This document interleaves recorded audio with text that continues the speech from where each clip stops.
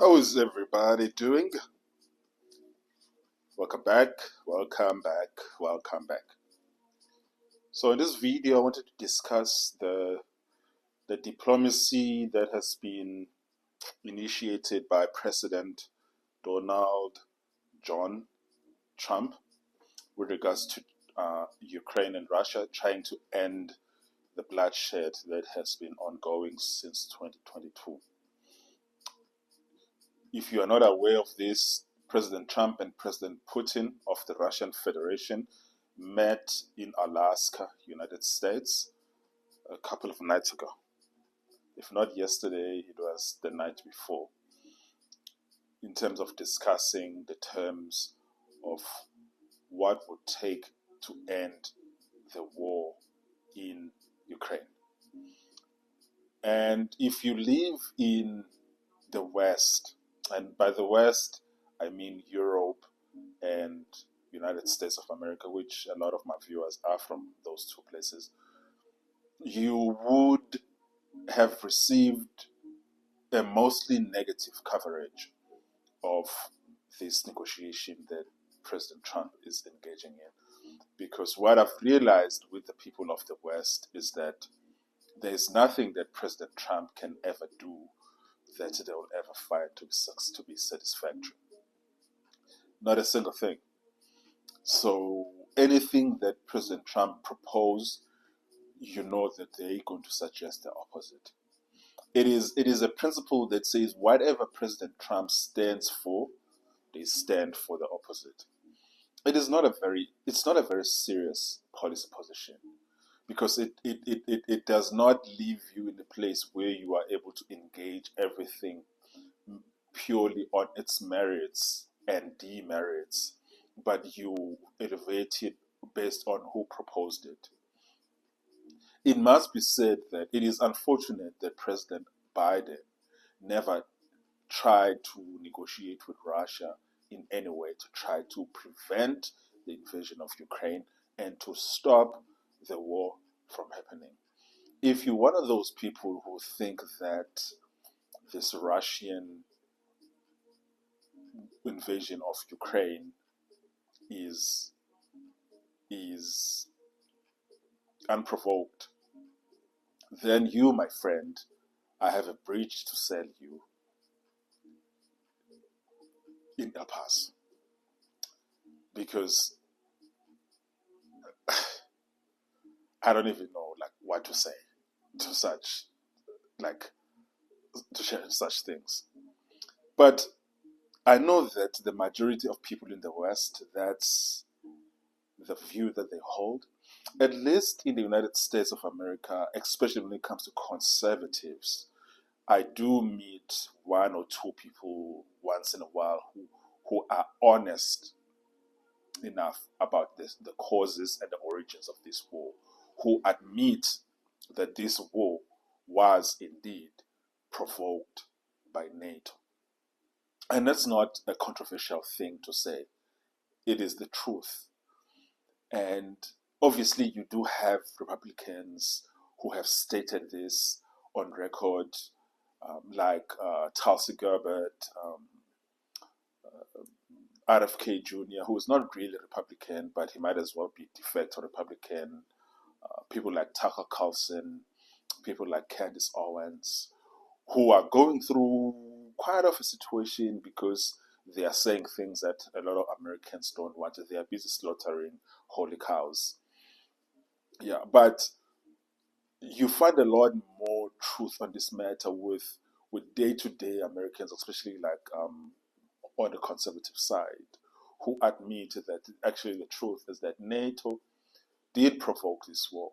So for me, that is where, because I mean, if we are going to assess the way forward on this, we need to assess first and foremost what caused this war.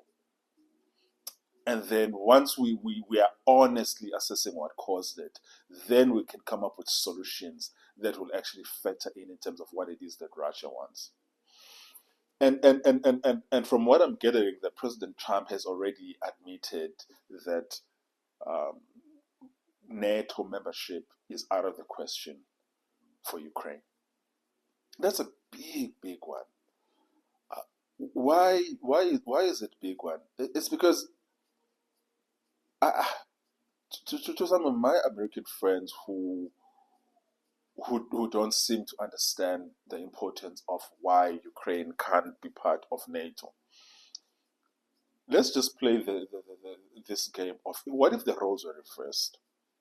What if Russia enters into a defense alliance with Mexico, and part of this defense alliance includes Russia being able to station missiles in Mexico, in the border of Mexico and the United States? What that would actually mean is that because these missiles, these are supersonic missiles, which Russia has, and also NATO has this, mostly from the United States, which would actually mean that if Russia were to station missiles in Mexico, say in Juarez or just outside Juarez, or some of those other cities in Mexico, just further down, just below the Rio Grande Valley, those cities, Monterrey, if I'm not mistaken, if they station missiles there, that will mean it will take Russia less than 3 minutes if they are shooting American cities to be able to destroy almost every city that is in the south, the southwest, and the southeast of the United States of America. What do I mean?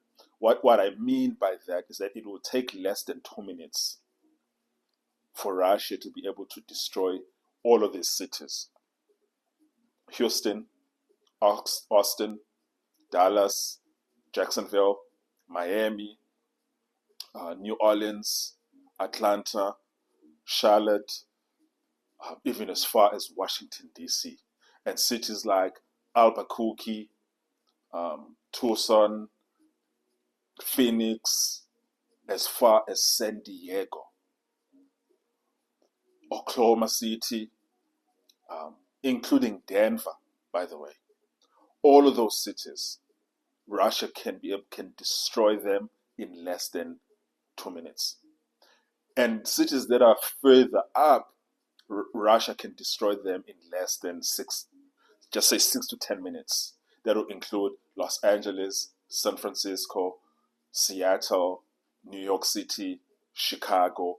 All of those cities can be destroyed in 6 minutes to 10 minutes if Russia were to be able to station missiles in Mexico.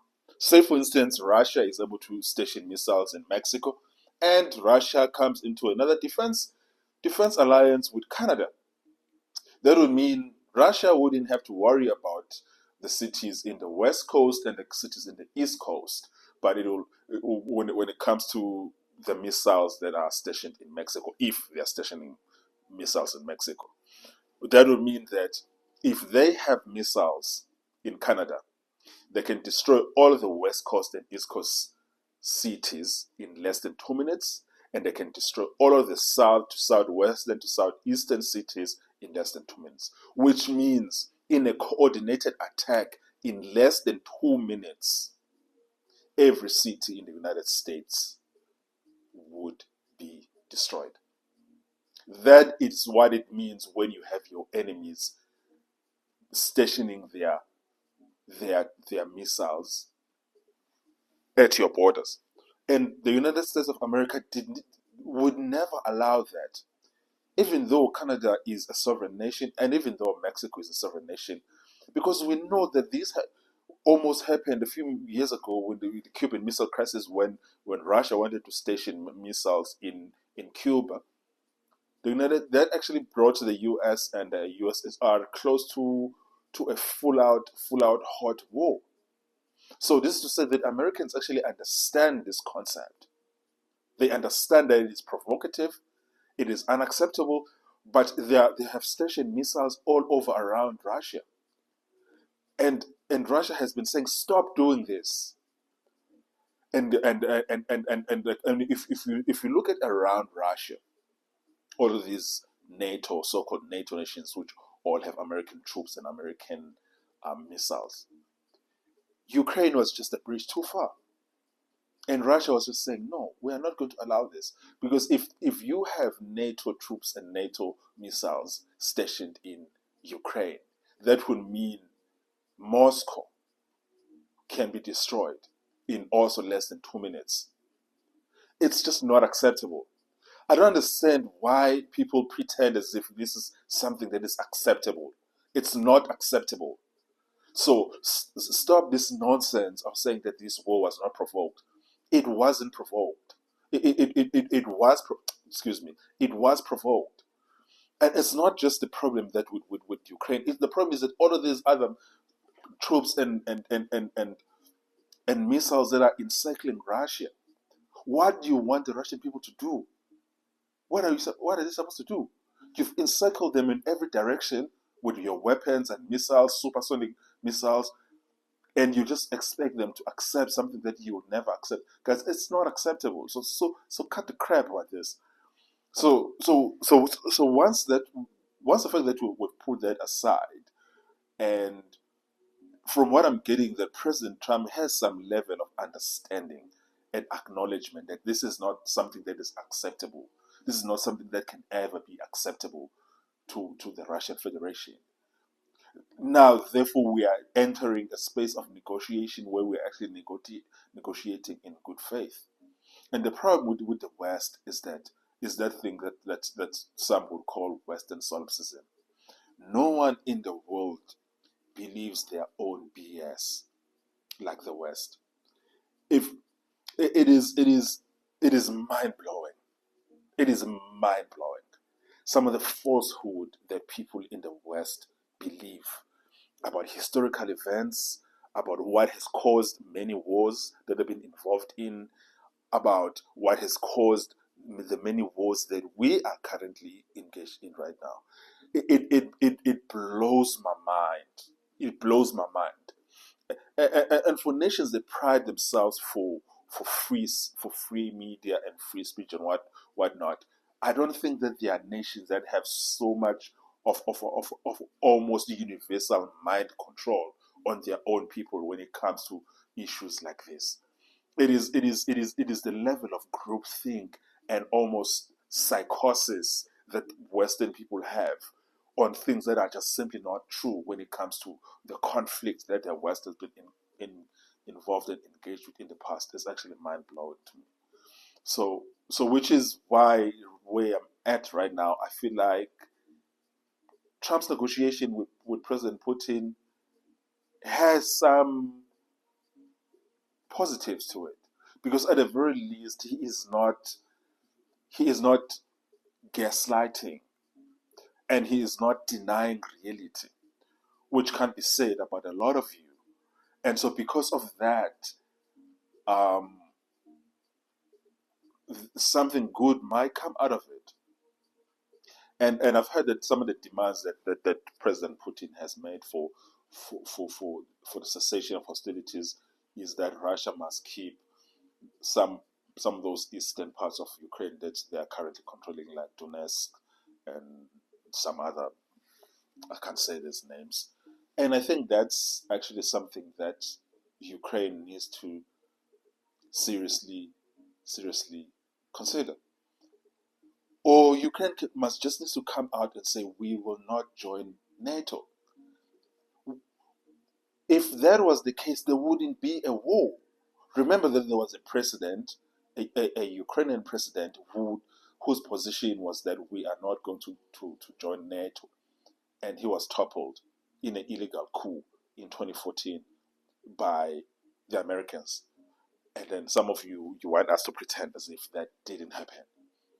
If you do not join NATO and put NATO troops and missiles on the doorstep of Russia, there won't be any problems. And so that's really, for me, where I'm coming with this. Because, and the truth of the matter is that you negotiate with your enemies.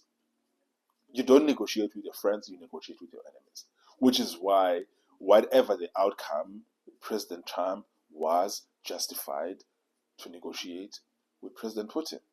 Yeah. So with that said, um, let me know what you think of that. But if that doesn't happen, Russia is winning the war, as I've said, and in a video that I issued when the war started, and then I made another video this year saying Russia has already won the war, which they have. And if this war continues any further, all of Ukraine will be lost. Already they have run out of young men. Now Zelensky is forcing pensioners and old men to join his war effort because he no longer has enough men now to join his war. And remember that a long protected war benefits Russia. It doesn't benefit Ukraine. So a war of attrition, which is the technical phrase term that is used for long elongated wars, benefits Russia. Doesn't benefit Ukraine. Ukraine, yeah. Anyways, yeah. Just let me know what you think about that, and then I'll see you on the next one.